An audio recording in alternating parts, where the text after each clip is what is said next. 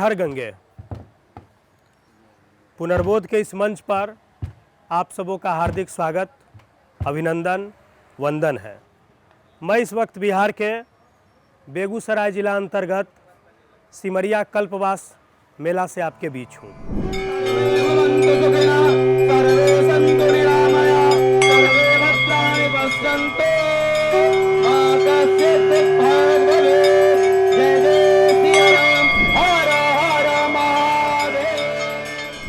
यहाँ पे भक्त में अग्रगण्य जो हनुमान जी हैं, उनको जो उलजलू रूप से दिखाया जाता है, मलेच्छ रूप में दिखाया जाता है, इस पे मैं बहुत विशेषतः मैं इतना आक्रोशित हूँ, मुझे बोलने में कोई हानि नहीं है और संकोच नहीं है कि समस्त फिल्मी जगत को जला कर राख कर दिया जाए। जब मुगलों का शासन था उस समय भारतीय संस्कृति पर इतना चोट नहीं हुआ जितना यह फिल्म हमारी संस्कृति को बर्बाद करने पर तुला हुआ है। जब हम भगवान राम का विचार करते हैं तो कहते हैं नमामि भक्त वत्सलम कृपालशील कोमलम। भगवान के कितना सुंदर उनका स्वरूप है, राजीव नयन कहा गया है। सहस्त्रार्जुन के समय की याद आती है जब उन्होंने संतों का विरोध किया था। लगता है वो सहस्त्रार्जुन की परंपरा कहीं न कहीं छुपी हुई है, समय आकर के मौका देख करके घात प्रतिघात कर रहा है। ये दुर्भाग्य है जो आज के साहित्यकार मनमाने हो गए और अपने मनमाने तरीके से हमारे महापुरुष को, हमारे भगवान को, जो पूरा विश्व को दिशा दिए। कहते हैं कि नास्ति गंगा समम तीर्था, गंगा के समान कोई तीर्थ नहीं और गुरु के समान कोई तत्व भी संसार में नहीं है। गंगा के इस पावन तट पर, सिमरिया के इस घाट पर पूज्य संतों का डेरा लगा है। आज के इस संस्कृति संवाद में उनसे सिमरिया मेला, कल्पवास की परंपरा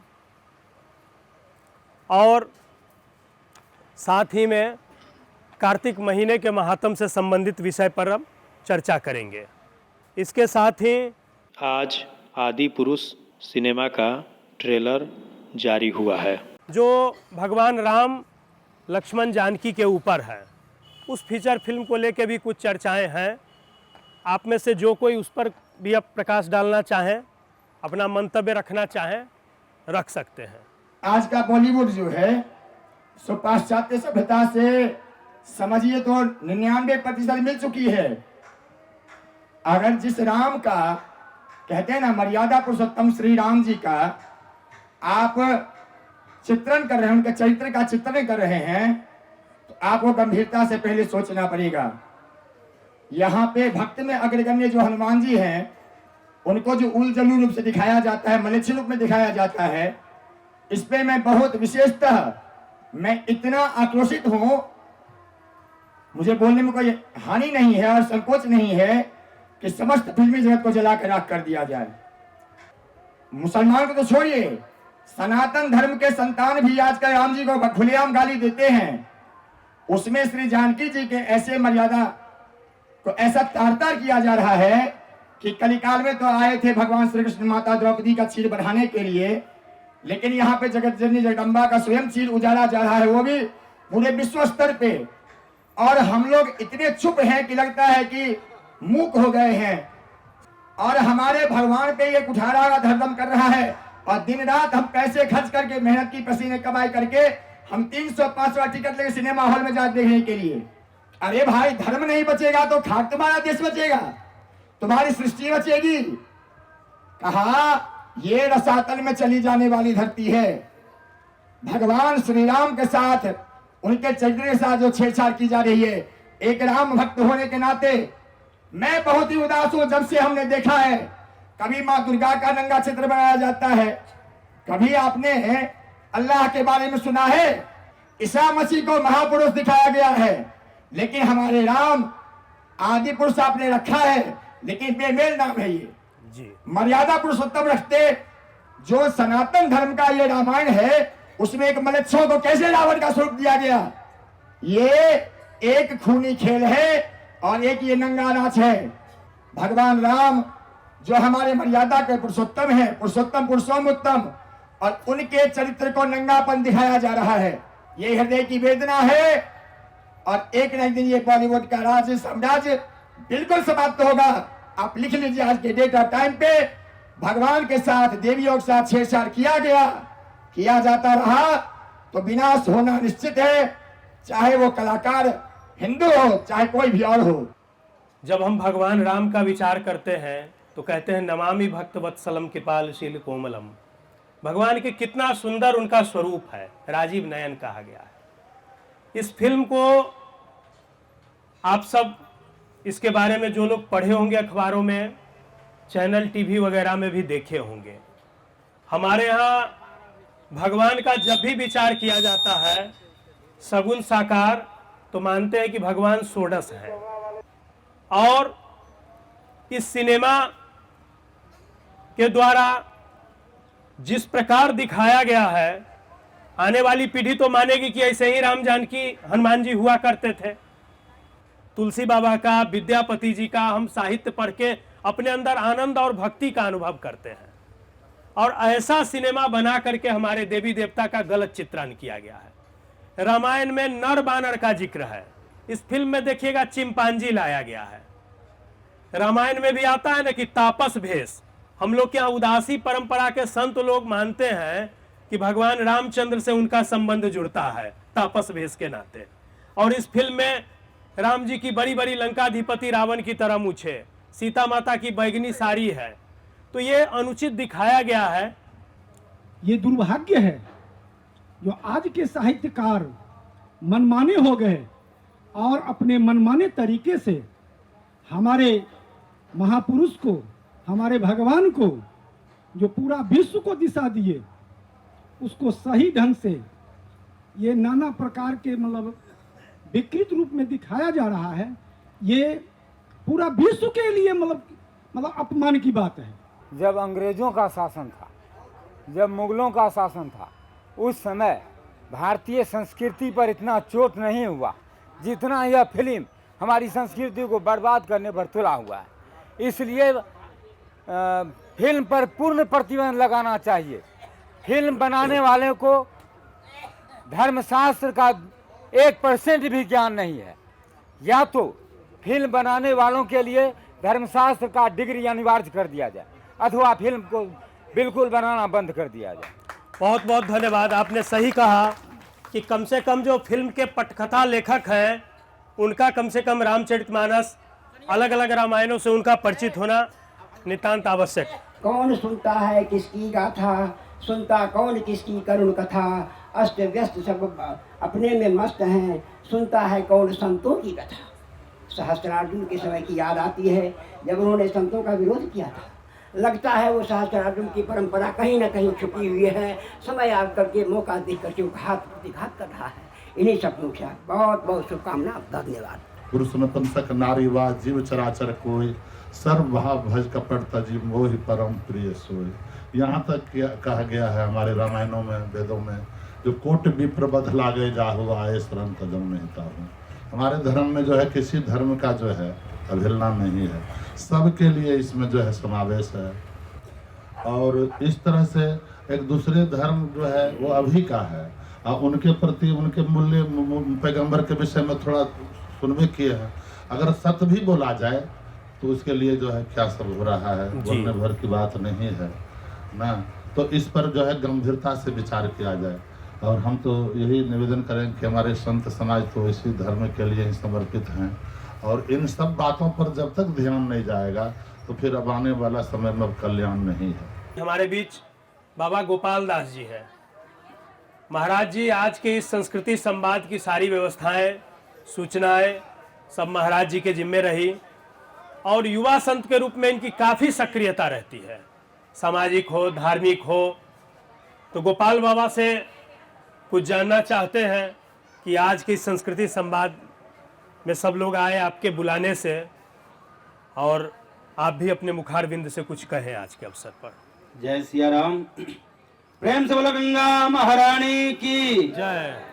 आज जो हमारे बीच ये कार्यक्रम लेकर के आए हैं और हम लोग सुने हैं, जिसमें भगवान का अभद्र रूप से प्रयोग किया जा रहा है, उसमें खास करके कोई ना कोई मनुष्य जीव के ही आदमी हैं जो इस तरह का व्यवहार कर रहे हैं, उसका हम घोर निंदा करते हैं।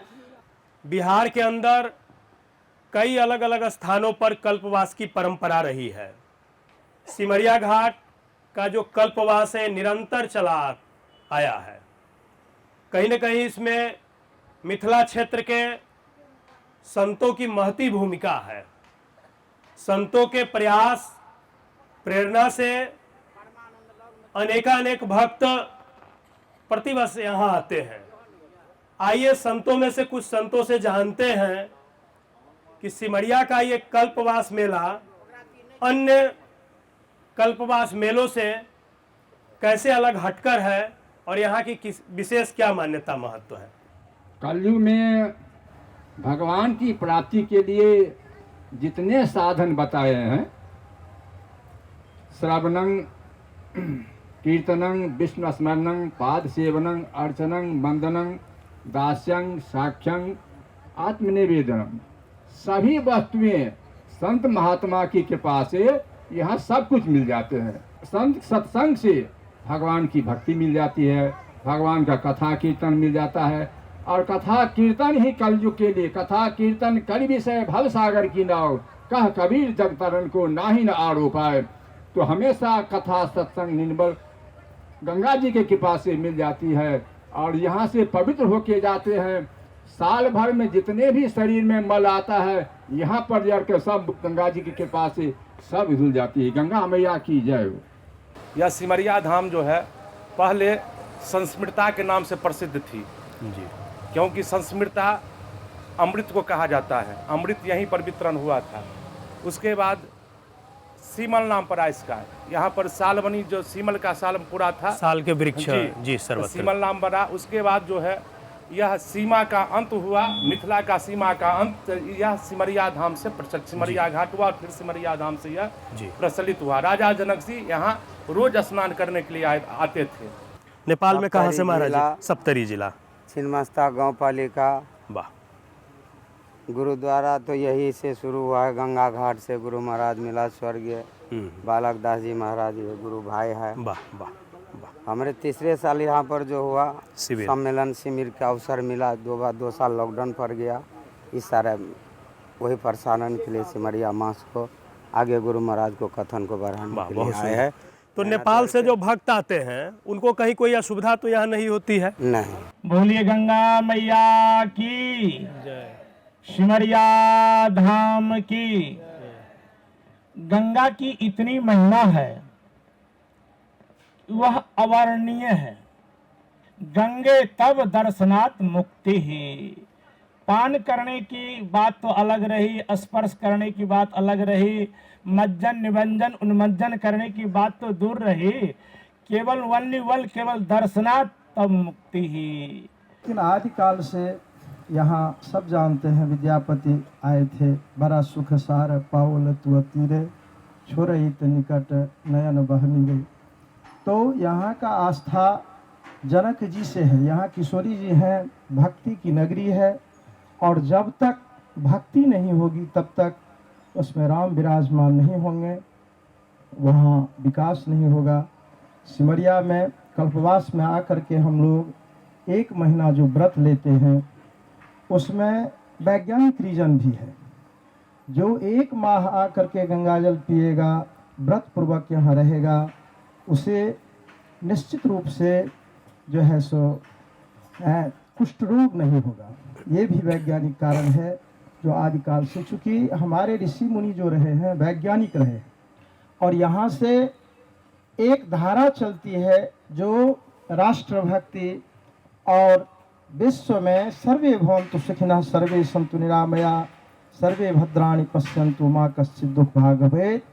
ये इस कल्पवास के माध्यम से, आज से नहीं बहुत दिन से ऐसे ऐसे कुंभ के रूप में, मास कल्प के वास के रूप में जो है सो संत सब संस्कार की शिक्षा देते आए हैं और हम लोग इसी परंपरा को निर्वहन करते हुए आज कल्पवास कर रहे हैं और संस्कार की आड़ में अपने सनातन धर्म को प्रतिष्ठित रखते हैं और राष्ट्र की विकास करते हैं। इस पुण्य भूमि भारत भूमि में और विशेष रूप से इस मिथिला क्षेत्र में अनेकानेक तीर्थ हैं। तो इन तीर्थों के जागरण को लेकर पूज्य संत क्या सोचते हैं, आइए महाराज जी से जानते हैं। महाराज जी का भी शिविर इस कल्पवास में आया है। इस पर वो कुछ प्रकाश डालें। गंगा की महानता, विशालता, व्यापकता की थी।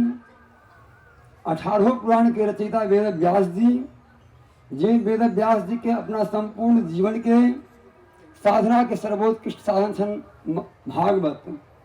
वही भागवत में कहा लिखना, निम्नगानाम यथा गंगा देवानाम अच्युतो यथा वैष्णवानाम यथा शंभु पुराणानाम इदं तथा। जी बताएं, आप लोग की यहाँ दिनचर्या क्या रहती है? क्या रहेगा, हम लोग 10 साल से आते हैं, 10-11 साल से। बहुत तो सारे व्यवस्था था, चीनी तेल फला चिल्ला मिलता था। अब तो वो सब नहीं है कुछ। कल्पवास करते हैं, स्नान करते हैं, भोजन करते हैं, कुटिया में रहते हैं, अपना मुनि बाबा के आश्रम में रहते हैं, वही देखभाल करते हैं, उसी को आश्रय से आते हैं। आज की सरकार की यह सत्ता में कल्पवास को तुच्छ समझा जाता है। एक खेल कूद मेला के लिए करोड़ों करोड़ों का आमंत्रण होता है, लेकिन इस सिमरिया घाट में नाना प्रकार के संत साधक जापक हमारी माताएं बहनें साधना करने के लिए आती हैं और यह कल्पवास चलती है, जैसा कि अभी आप देख चुके हैं। पानी में भी जो लोग तुलसी गाड़ चुके, संकल्प कर चुके, पानी में रह के और इस कल्पवास के संकल्प को पूरा करने के लिए संकल्पित होकर के 1 महीने तक यह वास करने के लिए, मैं कहूँगा कि यह सरकार जो इसको अल्प मात्रा में समझ रही है, इसको मेला समझ रहा है। ये कल्पवास मेला नहीं है, कल्पवास महोत्सव है। और इस कल्पवास महोत्सव में ताकि यहाँ के सिमरिया घाट से 3.5 करोड़ प्रति वर्ष सालाना राजस्व सरकार को जाती है, लेकिन इस सिमरिया घाट के लिए आपकी सरकार यदि 50 लाख रुपया खर्च कर दे तो सिमरिया मेला चमक जाएगा, लेकिन इसको अपेक्षाकृत देखता है।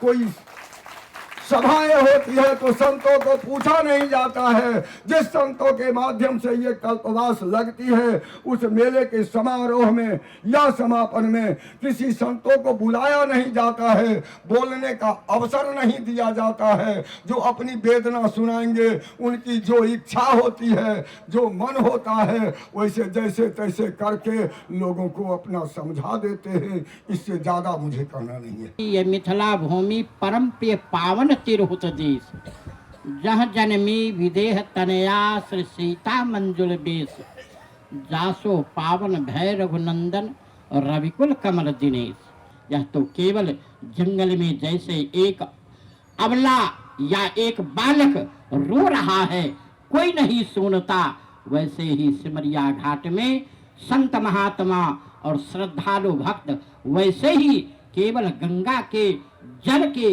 आशा का ही परिणाम है। ऐसे निष्क्रिय सरकार आज तक नहीं हुआ, ऐसी व्यवस्था, ऐसे प्रशासक आज तक नहीं मिला। हमारे बीच एक और स्वामी जी हैं जिनकी बड़ी महती भूमिका इस संस्कृति संवाद कार्यक्रम में रही। आइए उनसे आपको रूबरू कराते हैं।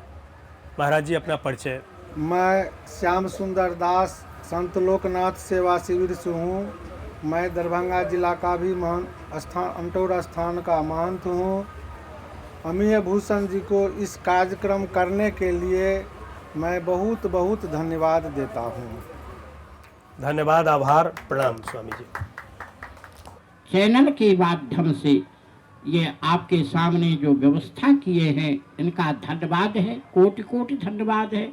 हम आशा करते हैं कि ये चैनल विश्वविख्यात हो, सांस्कृतिक और धार्मिक समारोह का ये सनातन धर्म के अच्छे प्रचारक बने। यद्यपि यह बहुत दिनों से सनातन धर्म के प्रचारक भी है। हरिहर क्षेत्र से लेकर के दामोदर कुंड तक कई बार यात्रा किए हैं संतों के बीच में, संतों के साथ। फिर परशुराम कुंड की यात्रा किए हैं। हमें कई बार आमंत्रण इन्होंने दिया। मैं बाल अवस्था से धर्म की प्रचार कर रहे हैं, इसके लिए मैं इनको धन्यवाद देता हूँ कि चैनल के माध्यम से इन्होंने जो कुछ भी किया, ये कोटि कोटि धन्यवाद, शुभ आशीर्वाद। जय सीता। बहुत बहुत धन्यवाद, आभार महाराज जी। संस्कृति संवाद के इस कार्यक्रम को यहीं विराम देते हैं। जय सिया राम।